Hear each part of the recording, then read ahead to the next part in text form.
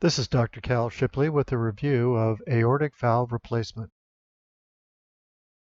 In this presentation, I'm going to be depicting replacement of the aortic valve with a bioprosthetic artificial valve. A bioprosthetic valve is so named because the leaflets of the valve are composed of organic animal tissue, most commonly sourced from cows or pigs.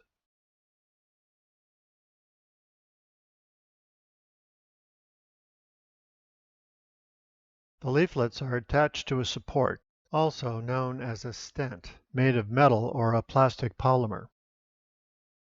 Typically, the support has 3 struts.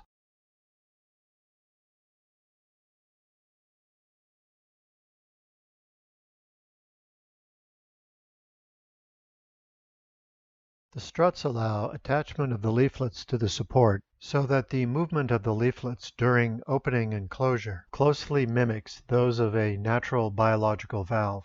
By closely approximating leaflet movement to those of a biological valve, a bioprosthetic valve allows for a more natural flow of blood through the valve than a mechanical artificial valve. Because blood flow is more natural and less turbulent than it is through a mechanical valve, there is less chance of blood clot formation. This is one of the major advantages of a bioprosthetic tissue valve. Attached around the outer edge of the support is a sewing ring.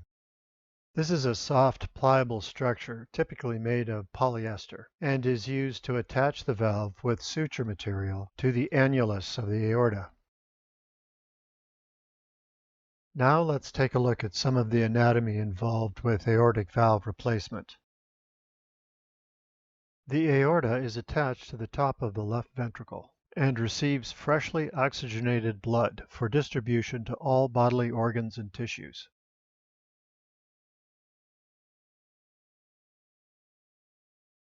The aortic annulus is a fibrous ring which marks the border between the left ventricle and the aortic root. It is the point at which the base of each of the 3 leaflets of the aortic valve attach, and it is considered to be a virtual ring in that it is not continuous and exists only at the point of attachment of the leaflets. Just as it does for the leaflets of the biological aortic valve, the annulus provides a sturdy anchor for the bioprosthetic valve. Let's take a look now at the insertion technique for the bioprosthetic aortic valve. There are approximately 180,000 valve replacement surgeries performed in the U.S. each year. This number is split about evenly between mitral valve replacements and aortic valve replacements. While the number of transcatheter valve replacements are increasing each year, the majority of valve replacements are still done by an open technique. The open technique requires opening the front of the chest wall in order to access the heart. To better understand the open technique, let's do a quick review of the relevant anatomy as encountered by the cardiovascular surgeon. Beneath the skin layers of the chest lies the rib cage, with the sternum, also known as the breastbone, at its center. Deep to the rib cage lies the heart, bookended by the lungs, and surrounded by its protective membrane, the pericardium.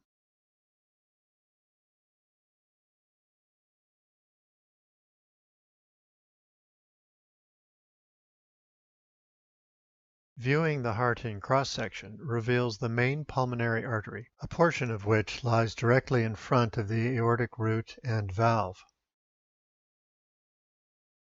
In order to reach the aortic valve, all of the previously mentioned anatomical structures must be either penetrated or bypassed. Once the patient has been successfully placed under a general anesthetic, the surgeon begins by making a skin incision over the sternum. Using surgical instruments, the sternum is divided in the midline, a procedure known as a median sternotomy. The sternotomy allows the rib cage and lungs to be retracted to either side, exposing the pericardium. The pericardium is then opened to expose the heart. A recently developed alternative to the traditional sternotomy is the mini sternotomy. In the mini sternotomy technique, only the upper half of the sternum is opened with a T-type incision, as shown here. As a result, there is less chest wall trauma with the mini sternotomy. However, operating times tend to be longer due to the restricted access compared to a full sternotomy. And so far, studies have yet to show a convincing advantage for patients in the long term. Once the heart has been fully exposed, the patient is placed on cardiopulmonary bypass, also known as a heart-lung machine. The cardiopulmonary bypass system takes the place of the heart and lungs throughout the procedure, oxygenating blood and circulating it through the vascular system. To see more information on how cardiopulmonary bypass works, please take a look at my video located in the Cardiovascular System Library. Once the patient has been placed on cardiopulmonary bypass, the heart is brought into a state of full cardiac arrest via the administration of a cardioplegia solution, typically potassium-based, into the bloodstream. The cardioplegia solution may be administered throughout the procedure, either by continuous or intermittent infusion, or for shorter procedures in a single dose. Once the heart has been arrested, a cross clamp is applied to prevent the backflow of blood from the aorta during the procedure.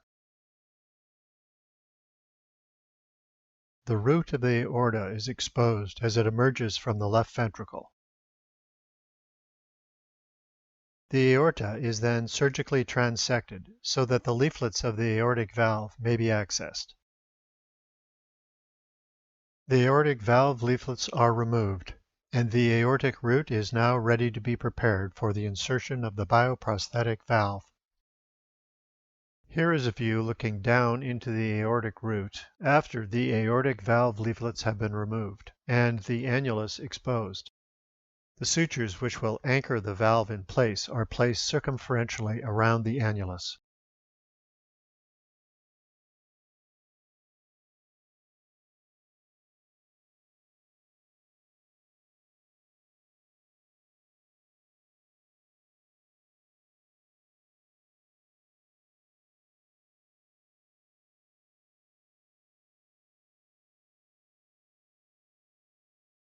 The sutures have a needle on both ends, and these are used to thread the sutures through the sewing ring of the valve.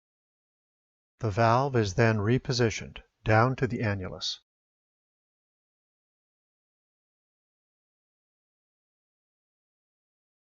Each suture in turn is tied off to anchor the valve.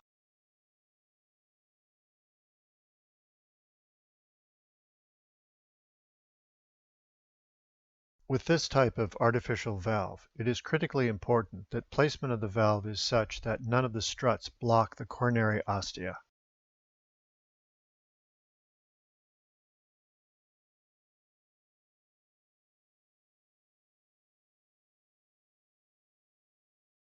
The coronary ostia are openings in the root of the aorta which allow oxygenated blood to flow into the coronary arteries. Obstruction of an ostia by the strut of an incorrectly placed valve can severely impair coronary artery blood flow, resulting in myocardial ischemia or even myocardial infarction. Once the bioprosthetic aortic valve has been sewn in place, the previously transected aorta may be closed. Once the aorta has been closed, the cross clamp is removed.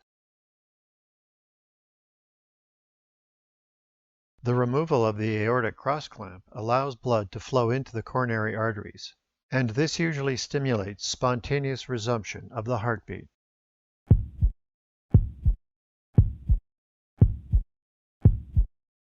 Occasionally, a mild electrical shock applied to the heart is required to reinitiate cardiac chamber contraction. Once the cardiac chambers are contracting normally, the patient is taken off cardiopulmonary bypass. The pericardium, sternum, and skin are closed, and the procedure is complete.